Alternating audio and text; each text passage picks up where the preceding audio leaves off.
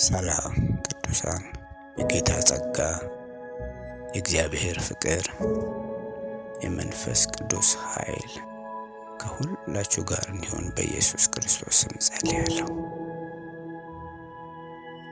ሙሴ ስራውን ጨርሶ ባለፈ ጊዜ እሱን ተክቶ ኢያሱ ሲነሳ ኢያሱ በእግዚአብሔር ፊት ቆሞ እግዚአብሔር እንዲህ አለው፣ ከሙሴ ጋር እንደነበርኩ ካንተ ጋር እሆናለሁ።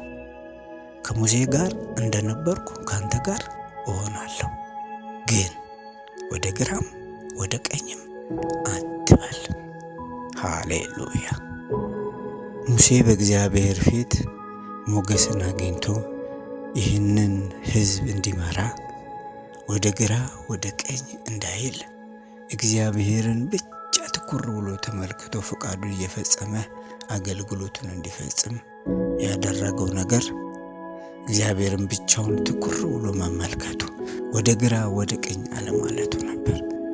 ከእግዚአብሔር ጋር ዘመናችንን እንዲቀጥል፣ እውነት እንዲበራልን፣ ፈቃዱን እንድንከተል፣ ወደ መንገዱ እንድንገባ እግዚአብሔር ብቻውን አምላክና አዳኝ መሆኑን መረዳት ያስፈልገናል። ዛሬ እኮ ምድሪቱ ላይ መንገድ የሚመስሉ ግን መንገድ ያልሆኑ መንገድ የሆኑ በብዙ ሰዎች ፊት ብዙ ሰዎች የሚከተሉት ብዙ ነገሮች ምድሪቱ ላይ ሞልተዋል። ስለዚህ ኢያሱን እንዲህ ያለው እግዚአብሔር ከሙሴ ጋር እንደነበርኩ ካንተ ጋር እሆናለሁ፣ ነገር ግን ወደ ግራ ወደ ቀኝ አትበላለው። ሃሌሉያ። እግዚአብሔር ይባረክ።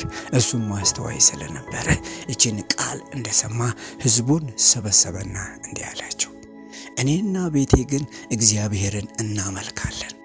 እኔና ቤቴ ግን እግዚአብሔርን እናመልካለን። እናንተስ? ጠየቃቸው። ዛሬውኑ የምታመልኩትን ምረጡ።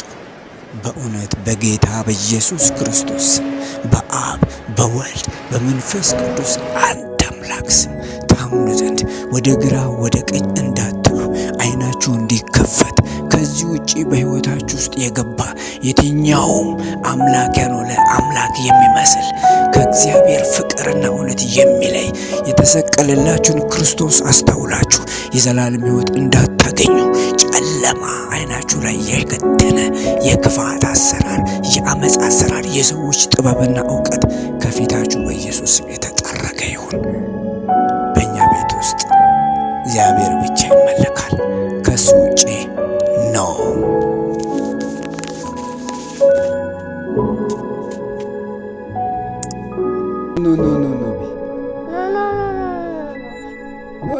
ኖ